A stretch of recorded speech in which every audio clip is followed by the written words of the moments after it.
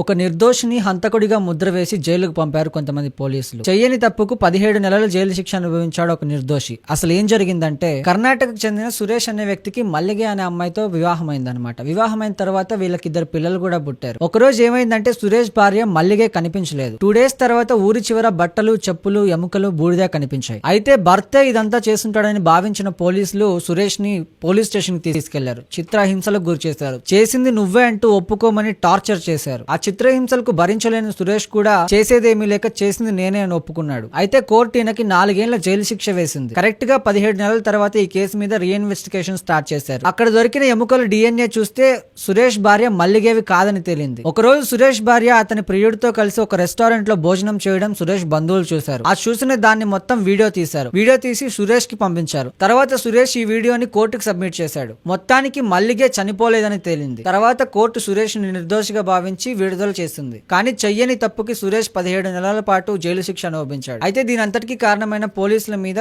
Court అయితే IPC section 211 ప్రకారం వీరి మీద యాక్షన్ తీసుకోవాలని ఆర్డర్ చేసింది.